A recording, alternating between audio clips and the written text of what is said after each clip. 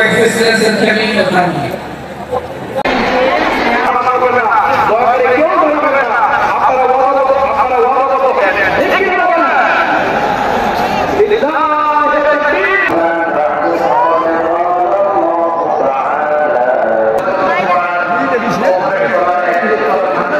শান্তিপূর্ণ সহাবস্থান এবং সাম্প্রদায়িক সম্প্রীতি আমাদের বাংলাদেশে সাম্প্রদায়িক সম্প্রীতি আছে না নাই?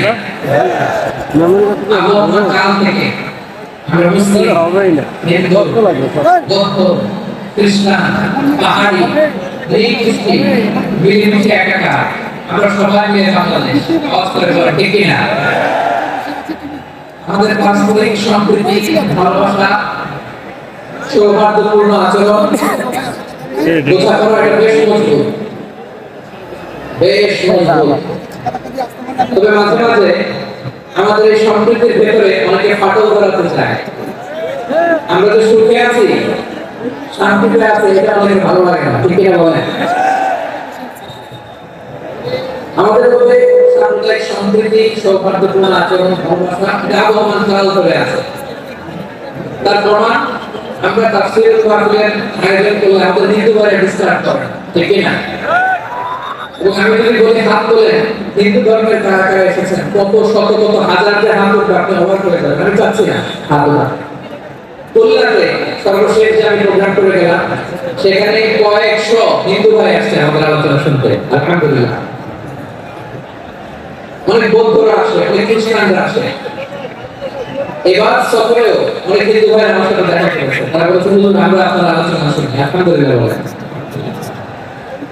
So it's our responsibility to present our religion to our non-Muslim brothers and sisters. আমাদের মুসলিম ভাইদের কাছে ইসলামের সৌন্দর্য তুলে ধরা এটা আমাদের দায়িত্ব। We all are the ambassador of Islam. আমরা প্রত্যেকে দায়িত্বশীল, আমরা প্রত্যেকে এক একজন ইসলামের ambassador, আলহামদুলিল্লাহ বলেন। এজন্য এমন ভাবে the beauty of Islam, ইসলামের সৌন্দর্য আমাদেরকে ফুটিয়ে তুলতে হবে যাতে করে নন-মুসলিমরা শাহাদা পড়ে কালিমা পড়ে মুসলমান হয়ে যায়। অনেক নন-মুসলিম ভাই বোন আমাদের হাতে শাহাদা পড়ে কালিমা পড়ে মুসলমান হয়েছে, অনেক। তো আমরা যেন ইসলামের বিউটিটাকে তুলে ধরতে পারি এবং এই যে সম্প্রীতি এটাকে যেন আমরা অটুট রাখতে পারি। আসলে বাংলাদেশের ইতিহাস বলে আমাদের দেশে কোনো দাঙ্গা নাই, আছে? লালমনিরহাটের ভাই আওয়াজ করে বলেন আমাদের দেশে হিন্দু মুসলিম দাঙ্গা আছে? আমরা ভাই ভাই আওয়াজ করে বলুন তো আমরা কি ভাই ভাই। কিন্তু কিছু দুষ্ট লোক আছে, তারা আমাদের সম্পর্কের মধ্যে ফাটল ধরাতে চায়, ঠিক কিনা বলেন? মাঝে মাঝে ঝগড়া লাগাতে চায়। দেখবেন কত পত্রিকা দেখা যায় ধর্মীয় উপাসনালয়গুলোতে হামলা চালানো হয়, এগুলো রাজনৈতিক উদ্দেশ্য প্রণোদিত, এগুলোর সাথে ইসলামের কোনো সম্পর্ক নাই।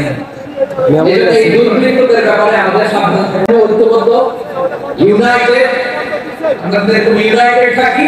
এই সমস্ত দুর্বৃত্তদের কালো হাত ভেঙে দিতে আমাদের এক ঘন্টা বা ঠিক আমরা কত।